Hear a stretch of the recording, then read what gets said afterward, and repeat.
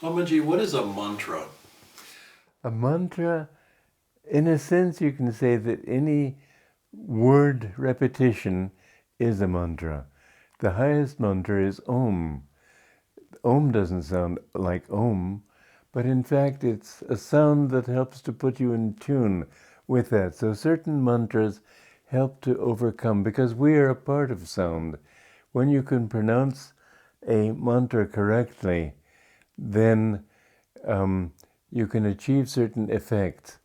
That's why music is so important. And often I say to people, don't listen to rock music. It's a lower chakra music. It's the lower centers in the spine. It brings your mind downward. Music that helps to uplift your mind. It's a very important thing. We, in a sense, you might say, are composed of vibration. We're composed of sound. There is one story of a man who wanted to destroy an enemy. And in the Indian scriptures, believe it or not, there are mantras for doing everything. The reasoning being that if you can understand that the power is not your own ego's, then you may be able to raise your conscious beyond this. But there's a mantra even for destroying your enemies. And in a higher age, they use mantras, sort of like bombs. They send this mantra out, and with that they destroy people. Somebody used a mantra to destroy an enemy, but he said it wrong and destroyed himself. So it's a tricky thing. But this is why Buddha, and he came in Kali Yuga, and it was important to get away from that. You know, there is such a thing as black magic. Egypt fell because of that. I think the whole African continent fell because of black magic. In the early years of Egypt, when they built the pyramids, they were able by sound to move those stones. It wasn't slave labor. It would be ridiculous to build the long ramp it would take to bring those stones up, and then you have to keep raising the ramp, and then they have to put those rocks in from above. Human beings could not do that, but they could do it, and you couldn't even get a blade between those rocks. They're so carefully placed. It was with a higher science than we have today, and with that sound vibration, they were able to put them into their proper slot and create those pyramids. And the pyramids themselves, you know, outside the city of Rome, there is a pyramid. It's, of course, much smaller than the pyramid in Egypt, but it's covered with white limestone. That was what covered the pyramid in Egypt, too.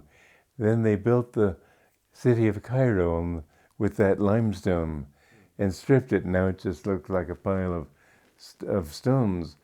But originally it was a very shiny thing that shone its light out into the desert. In fact, I believe that its purpose was to, you know, a pyramid has been found to augment energy. They put a razor in a side of a pyramid shape and the blade will become sharper. So in this, they were able to meditate in the king's chamber, for example. I've been there. And the thing is carved out of stone. It's not several pieces put together. It's one hollowed out stone. There's no evidence of saws or anything did that. They've never found there's no lid to that sarcophagus. It's not a sarcophagus. They've never found a corpse. They've never found offerings. They've never found anything, except I think a dead mouse or something.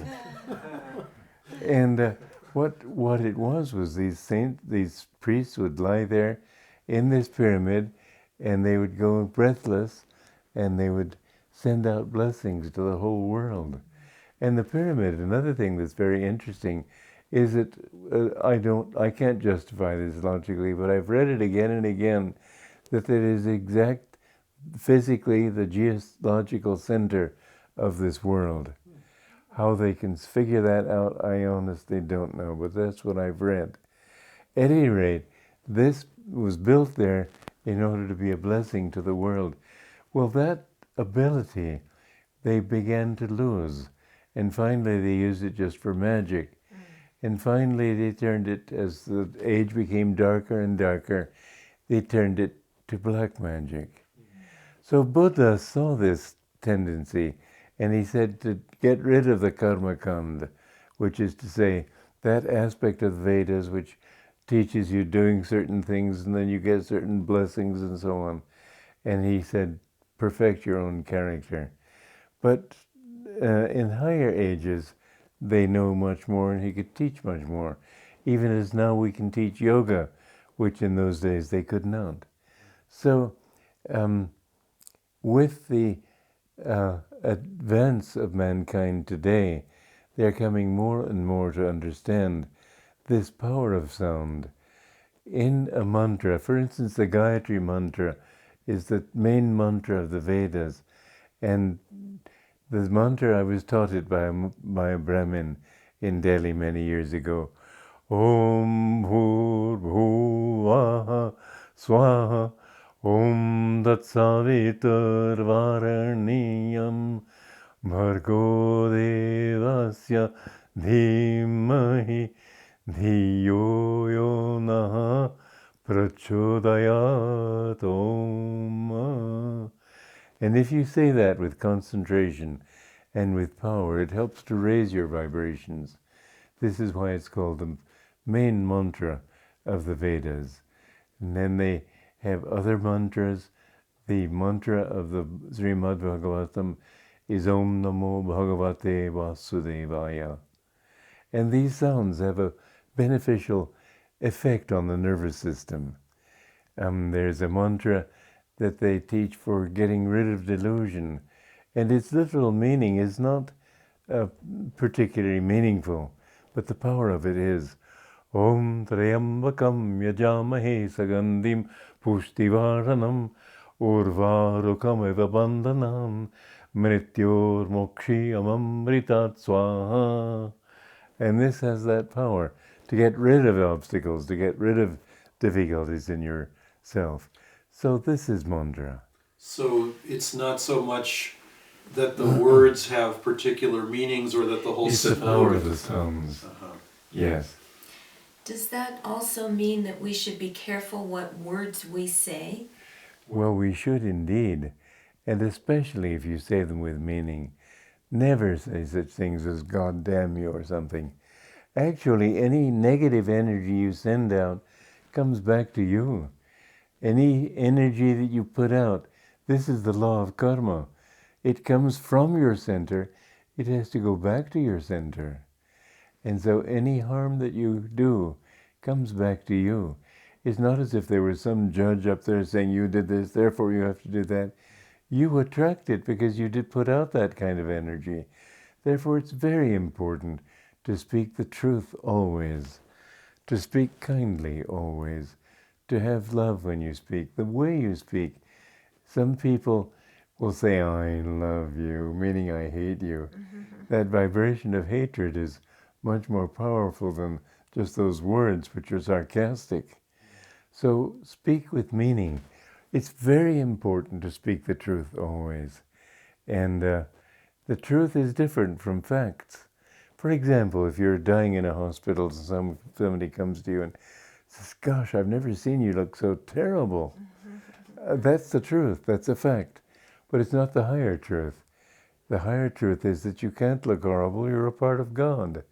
So when you see somebody who's ill, try to encourage him. And you can say that you're speaking the truth if you say, well, I've seen you look better, but you can get well. I know you can get well. You can talk like that, and words alone, with the mental power behind them, can change you. Now, can you make the same power out of a disc on a DVD or something? I don't think so. There can be some power in that kind of sound, but it has to have the mental power behind it, which I don't think can come very strongly onto a disc. And yet, when I listen to myself singing, I do feel a certain vibration there in the recording, so it's not as if it were completely absent. Are affirmations important? Very important. If you are ill, never say, oh, I'm so ill today. Say, I'm well. Say, affirmations, you can change yourself by affirmation. I know in Mexico, I was 19 years old. I didn't know anything about these teachings, but I got streptococcus, tonsillitis, and dysentery, and the doctor put me in the hospital. For 3 days, I wasn't even well enough to go see him. And to go to the bathroom, I had to lean against the wall and inch my way. And when I finally went and saw him, he said, "I've got to get you in the hospital immediately." I said, "How long will I have to be here?" He said, "At least 2 weeks." And I asked how much it would cost discreetly, and somebody told me I didn't have nearly that kind of money. Well, I could have gotten it from home, but I didn't want to bother people. So I said, "I've got to become well." And by my sheer determination to be well, I was out of there in two days. And I was stupid enough. The first thing I did was go out and have a Ramos gin fizz and a banana split. But anyway, I guess youth can handle many things. But anyway, my determination to become well, in a sense I said, "I am well." And had I said it, I probably would have had the same power. But it does help to say what you can do. Put it in words. I found that when I was studying Greek, and I said, "I'm a Greek." You've read that story in my life story, The New Path. And somehow I put myself in tune with Greek. And there were only 2 people who passed that exam. I was one of them. But affirmation can accomplish a great deal. If you want to be successful, therefore, mix with successful people, with people who are successful in the field in which you are trying to succeed. If you want to be an artist, mix with good artists. Don't mix with dilettantes. If you want to be a successful businessman, mix with businessmen who are successful. Their vibration, their magnetism will help to raise you. So affirmation and exchange of magnetism, all these things come in. But your vibrations are the most important thing. So always affirm positively what you want to be. Say that you can. I know I wanted to give up smoking when I decided to seek God. And I thought, who ever heard of a hermit who smokes? So it wasn't easy. I would give it up, and by lunchtime with coffee, I'd remember how good that cigarette tasted, and I'd go back to it. But I never said I failed. This was my saving grace. I always said, I have not yet succeeded.